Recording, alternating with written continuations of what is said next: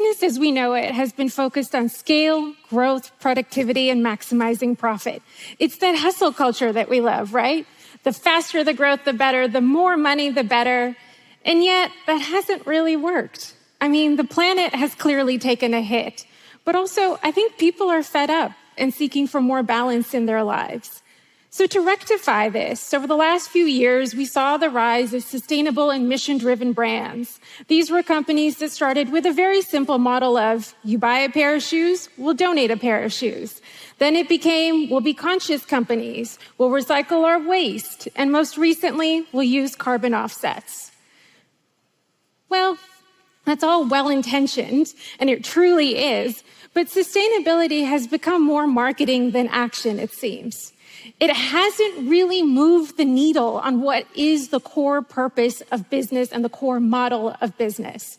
So I see it as, it was a great step one, good effort, but now it's time to move to step two.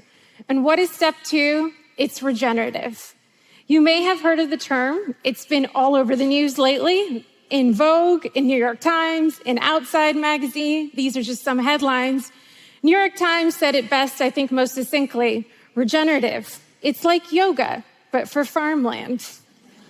Not quite. So what is regenerative, particularly in the context of business?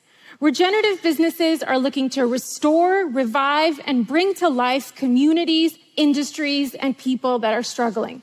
It's actually much more than just a term. So I've been reporting for over 10 years on business, social issues, and the environment and how all of that overlaps. I have seen my fair share of doom and gloom headlines. I think we can all agree we got problems in the world. But as I was doing this reporting, I kept meeting entrepreneurs that were really looking beyond the crisis at hand and focusing on solutions. So I decided to write about their stories and their regenerative businesses, which don't start with this question or intent of how do we make the most money by selling you X, Y, or Z. Rather, they ask a really simple question. What problem are we going to solve? What social and environmental problem are we going to solve? And so it's not about just selling you another great pair of jeans or a great cup of coffee or a nice hotel stay, unless all of that has impact embedded into it. In fact, I like to think of regenerative companies as a multi-tiered cake. It's layer upon layer upon layer of impact, which makes the whole thing enticing. It's not just one thing you do off to the side or one aspect of your company. It's every tenet of the company is focused on impact. And so what are some of these tenets they might be thinking about? Well, if you have a supply chain, if you're in manufacturing, you're definitely thinking about the environment and the people that are involved in that supply chain. In fact, they're not your supply chain, they're your partners. If you're in the services industry, yes, you're thinking about your environmental footprint, but also, are you fostering better human connections? And how are you going to fund this company? Because the capital that you take on is going to determine how you run the company for years to come. Are you open to employee ownership, profit sharing? That can have serious social impact in the world. And most of all, are you inspiring and improving people's lives at work or just keeping them afloat? Because I think we can all agree that we want to be treated with respect and work with purpose these days. So it's every hub and spoke of the company is thinking about impact, not just one. And that's why when I turned to these entrepreneurs and I'd ask them, well, what's your take on sustainability? They would sort of push back and they say, oh, we don't really use that word around here. It was almost as if they were allergic to it. They said, because what are we sustaining? A broken system? The status quo? I mean, that's what it suggests, right? Now, regenerative is not a one-size-fits-all. For large global companies, this is going to be a harder and slower transition for reasons we can discuss afterwards. But for small to medium-sized companies, it's very doable. In fact, it's already happening. And so it's lovely to talk about all this in theory, but let's put it into context with some examples, shall we? You may have heard of the shoe brand Veja. They're quite popular these days. But 20 years ago, when they started, the two French co-founders started with less than 20,000 euros, and they had very little fashion experience. And yes, they were selling shoes, but they were looking to do something far more meaningful.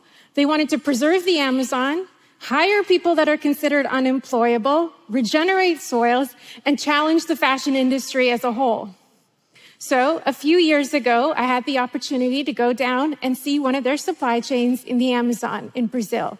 And it was beautiful and green and biodiverse. And the supply chain that I focused on was rubber. So Veja sources native rubber from the rubber trees in the Amazon for the soles of their shoes. These trees can harvest rubber for years, if not decades, if it's done properly. And it's done by rubber tappers. These are individuals who live within the Amazon. And their other option for a livelihood is cattle farming.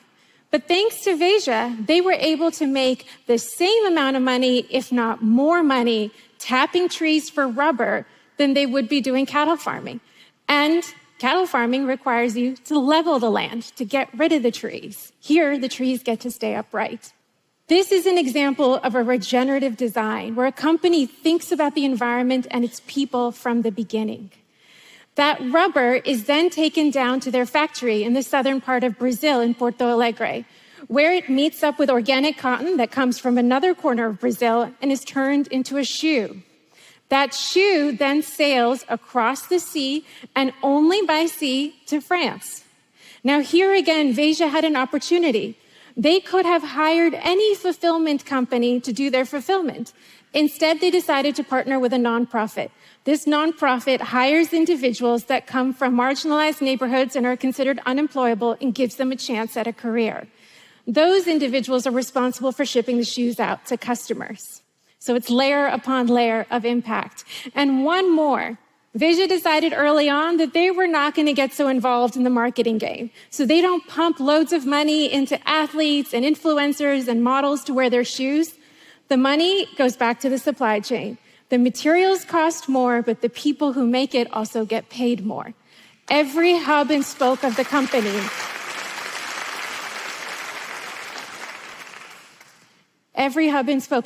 is thinking about impact. So making a shoe has a footprint on the planet, and no solution and no company is perfect. We can all acknowledge that. However, when we ask this question, can business do better? Definitely. Here's just one example in fashion. Looking beyond fashion, what does regenerative business look like? Well, some of them use employee ownership and profit sharing. Here's a company in Arizona called Technicians for Sustainability, where the owner of the company realized early on that the folks who are responsible for installing the solar panels on the roofs are not going to amass personal wealth doing that job. So he opened up the profits of the company to his employees. Today, 40% of the profits every year go to the employees. And what's great about it is not only are they part of the transition to renewable energy, but they're investing in the people that are making it happen. Regenerative companies think about waste differently. They see it as an opportunity rather than a burden.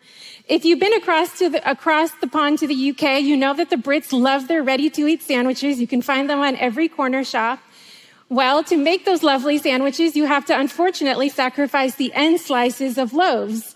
And so those end slices would often go to waste. Well, a food waste entrepreneur and a social entrepreneur got together and said, why don't we turn it into beer?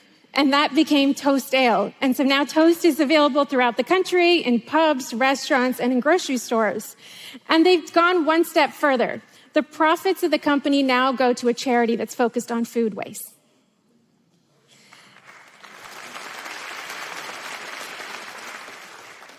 And regenerative, the term you may have heard of, has its roots in regenerative agriculture. That's where it's being used most prominently these days. Well, here's a gentleman, David Vetter, who's been doing it far before it was trendy. He is the son of a military veteran turned farmer who lives in the cornfields of Nebraska in the heart of big ag and conventional ag. But him and his dad decided early on that they would go down the route of regenerative organic farming. They grow regenerative organic grains. And if you talk to David, he will tell you, soil is something you grow crops in.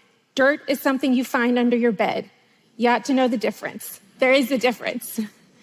And as the company has grown and as the family has grown, the Vetters have also put a processing unit, a mill, on their facility, which now allows other farmers in the area who want to also do organic farming to be able to get their products closer to the market. If we can create these links, we can get these products closer to consumers. So these are just some examples. I mean, I could rattle on many more examples of these kinds of companies, but when I asked them fundamentally, I said, okay, guys, what's next? What do we have to do? Many of them said to me one simple thing: we have to tell these stories further and wider. The co-founder of Veja said to me something that I thought was quite poignant. He said, we don't need Veja to be the next global ethical shoe brand. We need dozens of Vejas. We need dozens in every industry, in every culture, in every geography. Replication is the answer.